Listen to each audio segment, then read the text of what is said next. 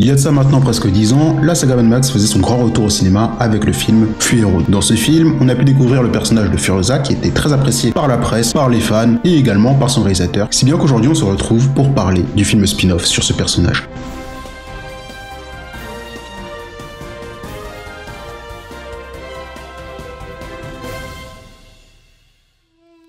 Salut à tous, ici Flood. Aujourd'hui on se retrouve pour parler de Furiosa, une saga Mad Max, film sorti aujourd'hui, à l'heure à laquelle je tourne cette vidéo, le 22 mai. Toujours réalisé par George Miller, qui a donc réalisé tous les Mad Max, co-réalisé, puisque sur certains il était aidé un petit peu. Et cette fois-ci, on n'a plus Mad Max en personnage principal, mais on a Furiosa, qui n'est pas interprétée par Charlize Theron, comme lors de Fury Road, mais ici interprétée par deux actrices, qui sont Alila Brown et Anya Taylor-Joy. Et ce film permet également de voir ce que vaut Chris Hemsworth en tant qu'antagoniste dans un film, puisqu'il joue Dementus, le némésis de Furiosa, dans ce long métrage. Alors, Furiosa et saga Mad Max, qu'est-ce que ça vaut?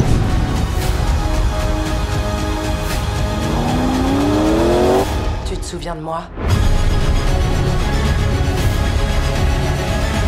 Alors qu'elle vivait paisiblement au sein de la Terre Verte, Furiosa se fait un jour kidnapper par la horde de Dementus, un fou vivant au sein de la Terre de la Désolation. On va donc suivre à travers les années cette jeune femme qui va être habitée par une quête de vengeance. Alors oui, le synopsis, le scénario est très bateau et très simple, mais on connaît la saga Mad Max, ça n'a jamais brillé pour ses scénarios. On va pas se mentir, je viens de me taper les 4 films précédents, il n'y a pas des scénarios de fou. D'ailleurs, on retrouve les mêmes gimmicks que dans les autres films, à savoir le fait que le personnage principal ne parle pas beaucoup. Pour ceux qui se souviennent, Max ne parle pas énormément dans ses films, à part dans le premier parce que c'est son origin story, mais là pour le coup c'est un peu l'origin story de Furiosa, mais elle parle quand même pas beaucoup. On aime ou on n'aime pas, c'est le cinéma de George Miller. Si vous avez vu les 4 films précédents et que vous allez voir celui-là, normalement si vous avez plus ou moins apprécié les films précédents, là c'est vraiment au goût de chacun. Le problème c'est qu'il n'y a pas vraiment de surprise dans le film. Il y a des personnages qui sont introduits, tu sais qu'ils vont mourir, il y en a d'autres tu sais qu'ils vont survivre parce qu'en fait le film est un préquel direct au film Fury Road. Déjà on sait à peu près ce qui va arriver à Furiosa, quelle épreuve elle va traverser, on sait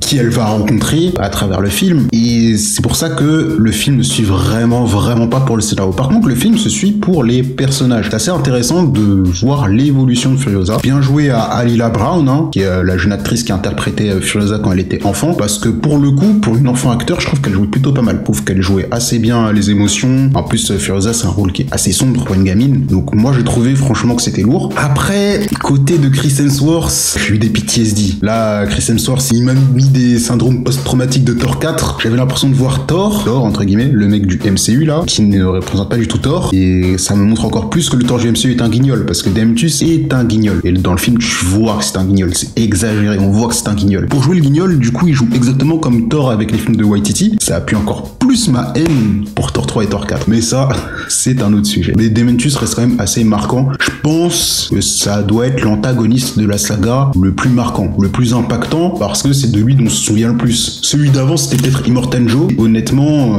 ceux des films précédents, que ce soit Tina Turner et ceux des 2 premiers là, donc le gang des motards dans le premier film, et le deuxième, carrément j'ai oublié, c'était un punk avec une petite crête là, et un mec avec un gun et un masque, ils étaient assez oubliables. Là pour le coup, il y a eu un peu plus de développement au niveau des ennemis, et franchement j'apprécie. Autre chose, c'est qu'on reconnaît très bien le cinéma de George Miller, le mec aime trop filmer les routes, mais c'est pour ça qu'on l'aime bien. Il est un peu moins fou dans sa réalisation, je m'explique. Dans les précédents films Mad Max, surtout ceux à l'ancienne avec Mel Gibson, t'avais des trucs de fou, des tarés, des mecs comme dirait c'était un cartoon. Là t'as un peu moins ce côté là. Dans l'apparence, il y a des personnages qu'on retrouve, qu'on a vu dans Fury Road, qui ont des apparences un peu diverses, un petit peu étranges, mais dans le comportement, à part peut-être Chris Hemsworth avec son côté très gaguesque qui dénote un peu, le reste ça reste assez terre à terre, assez réaliste entre guillemets. On sent qu'il s'est un peu calmé à ce niveau là. Par contre le point sur lequel il a vraiment step up depuis les films des années 70-80, c'est l'action. Alors oui, il y a plus de budget, il y a des meilleures technologies, etc. Mais là franchement on est sur du haut niveau. Pour moi niveau action,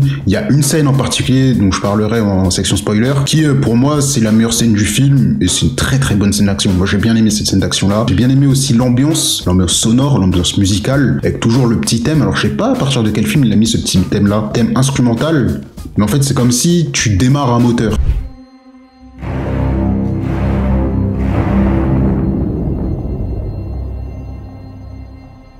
Ce thème là, quand il apparaît, Franchement, il fait son petit effet. Il fait son petit effet dramatique, c'est pas forcé. Pour reparler des acteurs, il faut parler de l'interprétation de Anya Taylor-Joy. Alors, elle joue bien, honnêtement. Elle joue plutôt bien. Mais le problème, c'est qu'il y a la comparaison avec Charlize Theron. Et Charlize Theron, elle était vraiment badass. Puis même physiquement, Charlize Theron, elle est beaucoup plus badass et beaucoup plus crédible que Anya Taylor-Joy. La Taylor-Joy, ça reste une très jeune femme. En vrai, elle doit avoir la vingtaine, elle doit avoir 25, 26 par là. Heureusement, ils ont pas forcé sur le truc. Tu vois, elle va pas rouler des gars qui font 2 fois sa taille. D'ailleurs, Furiosa dans le premier, Charlize Theron et même Max, quand ils se retrouvaient face à Rictus, donc l'enfant balèze de Immortan Joe, ils pouvaient pas le prendre en 1v1 et ça, franchement, ils ont gardé ce côté-là, qu'il y a une sorte de logique un peu. Petit bémol, c'est qu'il y a des moments où elle se bat, il y a pas vraiment d'explication sur comment elle a fait pour apprendre à tirer, comment elle a fait pour apprendre à conduire. Conduire, ok, vite fait, on peut dire qu'elle était enfant peut-être. Pas d'explication sur ses capacités au combat. Donc ça, c'est un petit bémol. Mais bon, la mise en scène est top, surtout si vous avez aimé les films précédents. En vrai, c'est son film le plus long et ça se ressent. Ça se ressent clairement que c'est son film le plus long. Il y a des moments où j'ai senti quelques longueurs dans la salle. Mais je pense que ça fait quand même partie de l'ambiance. Je pense que ça va être ça, sa nouvelle ligne directrice, parce qu'on sait qu'il y a un film Mad Max qui sort l'année prochaine ou l'année d'après, je sais plus. Du coup, moi, je suis hype. Honnêtement, je suis hype par cette saga. J'avais vu que Fury Road avant. Là, je viens de voir les 4 précédents. Et ça me hype, hein. Franchement, ça me hype. C'est un bon univers. En plus, on voit qu'il s'est bien calmé. Il apprend à chaque film. Pour moi, c'est pas le meilleur. Attendez ma vidéo de la semaine prochaine où je ferai mon classement Mad Max. C'est pas le meilleur. Mais on voit quand même qu'il s'améliore de film en film, qu'il essaye de faire de mieux en mieux. À chaque fois, George Miller. Et c'est pour ça que ça me hype pas mal pour la suite. Je vais m'arrêter ici pour la section sans spoiler, parce que j'ai pas envie de vous spoiler et que je vous encourage à aller voir ce film. Comme je vous l'ai dit, si vous aimez la saga Mad Max, foncez. Le seul petit problème, c'est que vous allez peut-être trouver le film un peu loin à certains moments. Et surtout, vous attendez pas une histoire de fou. Après tout, ça reste une histoire de Mad Max. Donc c'est juste prétexte à avoir des courses-poursuites en voiture, des tirs et des trucs un petit peu fous, même s'il y en a un peu moins ici que dans les films précédents. Maintenant que tout ça est dit, on peut passer à la section spoiler.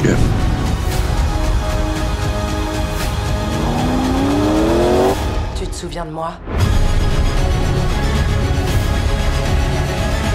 Oh, le premier truc dont on peut parler, c'est peut-être le caméo de Max. Ah oui, je sais, c'est anecdotique, mais moi, ça me pousse à poser une question. Alors, j'ai pas vérifié, mais l'acteur n'est pas le même. Ce n'est pas Tom Hardy. Alors oui, après, on va pas appeler Tom Hardy, qui est un acteur assez connu, qui est un acteur assez occupé, pour venir faire un caméo, quoique ils auraient pu, hein, en vrai de vrai. Mais ça me fait poser une question, c'est que Furiosa est censée avoir le même âge que la Furiosa de Fury Road, à la fin du film. Moi, je pensais que la Furiosa de Fury Road, elle avait à peu près 40 ans, et à peu près le même âge que Max, Max avait aussi à peu près 40 ans, 45 par l'âge. Là, en fait, on apprend que Furiosa, elle est plutôt jeune. Elle a même pas 30 ans. Hein. Elle a même pas 30 ans au final, à la fin du film. C'est-à-dire que dans Fury Road, elle est assez jeune également. Tout au long du film, en fait, j'ai ce problème de cohérence temporelle. Mais ça, c'est un petit truc. Et surtout que s'ils ont changé Anya Taylor-Joy, je me dis qu'ils vont sûrement pas mettre Tom Hardy dans le prochain. Parce que là, vu qu'ils ont changé l'acteur dans ce film, peut-être que c'est une annonce, un teasing pour un nouvel acteur pour Max. On verra en tout cas, mais ça c'est le petit bémol que j'avais à ce niveau-là, parce que je trouve que ça va être difficile de faire plus charismatique que Tom Hardy. Et pour le coup, Anya Taylor-Joy,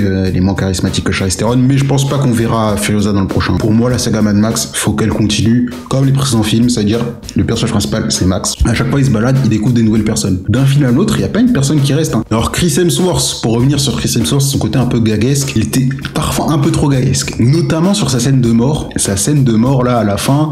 Je trouvais que ça tirait trop en longueur. Le dialogue, il était trop long et ça faisait trop forcé et ça retirait du charisme à Furiosa. Le moment où il commence à parler, elle commence à lui faire une longue tirade. Hey, je vais te tuer en face, en revoyant ta vie s'enlever devant tes yeux.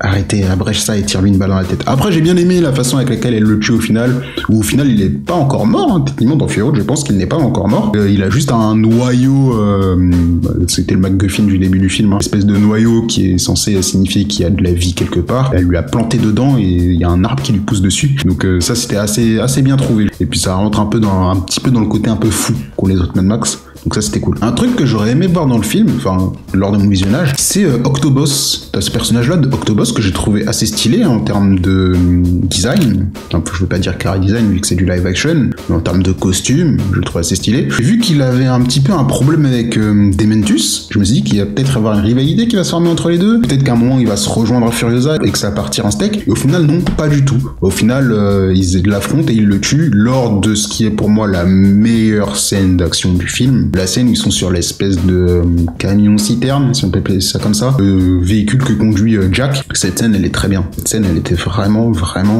bien. T'as la tension, t'as le début où t'as pas encore Furiosa. La musique commence à s'activer au moment où il y a Furiosa. Le fait de changer un peu les mécanismes du véhicule. La confiance qui commence à se créer petit à petit entre Jack et Furiosa, qui fait un peu penser à la confiance qui s'est créée entre Furiosa et Max dans le film précédent, qui est censé se passer après. On en reparlera quand on fera le top 5, hein, ça c'est sûr. Et surtout la fin où t'as du coup l'Octoboss qui se mange la méga masse, je crois que ça s'appelle comme ça, et ça forme une sorte de créature des ténèbres qui fait un call-out avec le fait que ce soit l'ange des ténèbres à la fin à Furiosa. Donc j'ai bien aimé. Franchement, je pense que c'est peut-être ma scène d'action préférée du film et peut-être l'une de mes scènes d'action préférées de Mad Max. Ça se tape avec certaines scènes du Fury Road, mais à moins que ce soit celle-là ma préférée de tous les Mad Max, honnêtement. Pour parler de Jack vite fait, je l'ai pas énoncé dans la partie sans spoiler. C'est un personnage un peu bizarre, parce que je trouve qu'il fait un peu trop vite confiance à Furiosa. Au départ, quand il la pousse du camion, là, je me suis dit ah bah ok, logique. Après il vient la rechercher, il veut lui faire confiance et tout. Il dit bon, peut-être qu'il essaie de la gérer, hein. Peut-être qu'il se dit ouais c'est la seule femme qui existe. En plus elle est en bonne santé, on va tenter. Et ouais, lui j'ai trouvé un peu trop gentil, un peu trop manichéen pour le coup. Ça se crée un peu trop rapidement, tu vois. Encore Max et Furiosa, la confiance se construit petit à petit. Là, dans la scène d'action, la grosse scène d'action, c'était bien comment c'est fait au fur et à mesure, parce qu'au départ il se méfie, puis ensuite ça monte un petit peu, et puis à la fin elle le braque et tout, et puis à la fin il le pousse. Mais après j'ai trouvé que c'était quand même un peu trop rapide. N'hésitez pas à me dire ce que vous en avez pensé de la relation Jack-Furiosa, mais ça permet de nous diriger vers la fameuse scène qu'on attendait un peu tous dans le film, c'est-à-dire comment elle va perdre son bras, hein, parce que Furiosa est un personnage qui a un seul bras, donc là ça on le savait. Au final c'est elle qui le coupe elle-même. Bon ok, c'est stylé, oh, c'est stylé, c'est badass, mais encore une fois avec Anya Taylor-Joy j'ai du mal. Elle joue bien, hein. Je veux dire sa carrure, son visage, son âge, c'est pas Charlize Theron. Tu vois, si on n'avait pas eu Charlize Theron avant, j'aurais peut-être dit ah c'est badass, mais là vu qu'on n'a pas Charlize Theron qui est beaucoup plus convaincante dans le rôle, après le rôle a peut-être été fait sur mesure pour Charlize Theron à l'époque et que elle du coup elle doit réadapter, donc ça a peut-être été plus compliqué, mais en vrai elle joue bien. Juste en termes de carrière j'ai un problème. Bon après c'est un peu tout ce que j'avais à dire sur la partie spoiler. Je reste quand même assez hypé pour le prochain film, hein. Mad Max The Wasteland, je crois que ça s'appelle comme ça. En tout cas si la vidéo vous a plu, n'hésitez pas à liker, partager, vous abonner. On se retrouve la semaine prochaine pour le top 5 des films Mad Max, des 5 films. Je parlerai un tout petit peu de Furiosa. Et pour la prochaine critique ciné, je pense que ce sera vers le début juin avec Bad Boys.